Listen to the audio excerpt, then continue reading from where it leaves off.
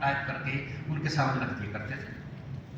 अपने all India radio के क़याम के दौरान मंटो साहब ने 100 से ऊपर रेडियाई ड्रामे लिखे जो कि बेहद मकबूल हुए। मंटो साहब की जुबान पर फ्रॉड का लफ्ज़ बहुत चला रहता था, हर जुमले के आखिर में कहते थे फ्रॉड है। तो एक दिन मीरा जी के हाथ में लोहे के 2 गोले रहते थे, अल्लाह जाने क्यों रहते थे। तो किसी ने पूछा कि मीरा जी के हाथ में गोले क्यों रहते हैं, मंटो साहब का फ्रॉड है। उपेंद्र नाथ अश्क बीच दफ्तर में खड़ा होकर अपनी तहरीर सुना रहा था। तहरीर सुनाने के बाद उसने मंटो से पूछा कैसी है, मंटो ने कहा फ्रॉड है। एक दिन मीरा जी दफ्तर आए और सवैयों में सालन मिलाकर खाने लगे। लोगों ने पूछा ये क्या कर रहे हैं, मंटो ने कहा फ्रॉड है।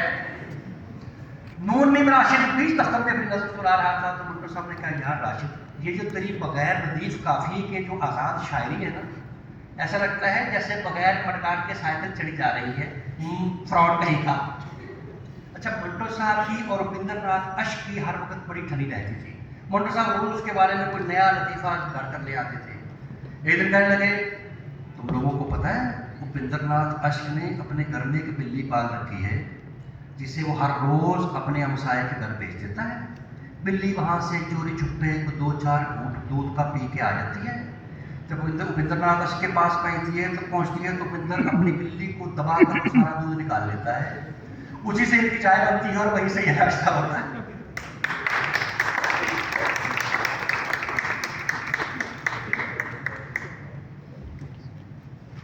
अब जरा मंटो की अफसाना निगारी के बारे में सुनिए।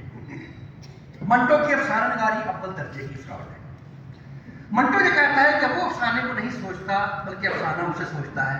भला बताइए इससे बड़ा कोई फ्रॉड हो सकता है क्या? मैं जानता हूं कि अफसाना लिखते वक्त उसकी कैसी हालत होती है, वैसी जैसी एक मुर्गी की अंडा देते वक्त। मगर साहब वो अंडा ये खुद अकेला नहीं देता बल्कि सबके सामने देता है।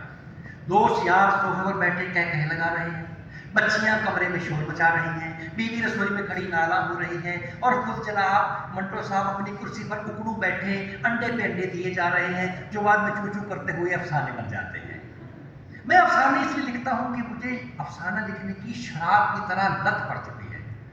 मगर साहब जो अफसाना मेरी जेब में होता है मेरे दिमाग में नहीं उतरता। मैं सिगरेट पर सिगरेट फूंकता रहता हूँ, ज़हन पर जोर डालता हूँ कि वो अफसाना जो मेरी जेब में पड़ा है उसी तरह मेरे दिमाग में उतर आए, मगर वो अफसाना नहीं उतरता।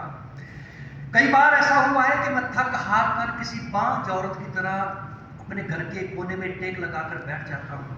दरअसल मैं अनलिखे अफसाने के पेशगी दाम वसूल कर चुका होता हूँ, इसलिए बड़ी कोफ्त होती है। दिल मिलाता रहता हूँ, करवटें बदलता रहता हूँ, उठकर बच्चियों को झूले चुराता हूँ, चिड़ियों को दाना डालता हूँ, घर में जा बजा बिखरे हुए नन्हे मुन्ने जूते इकट्ठे करके उन्हें करीने से एक साइड पर लगाता हूँ, उठकर बाथरूम चला जाता हूँ। सुना है वहाँ पर बड़े इनकलाबी ख्यालात पनपते हैं। जब वहाँ से भी कुछ हासिल नहीं होता और मैं जिचपिच हो गया हूँ तो मेरी बीवी मुझसे कहती है कि मंटो साहब आप सोचिए मत, आप बस कागज़ कलम उठाइए और लिखना शुरू कर दीजिए।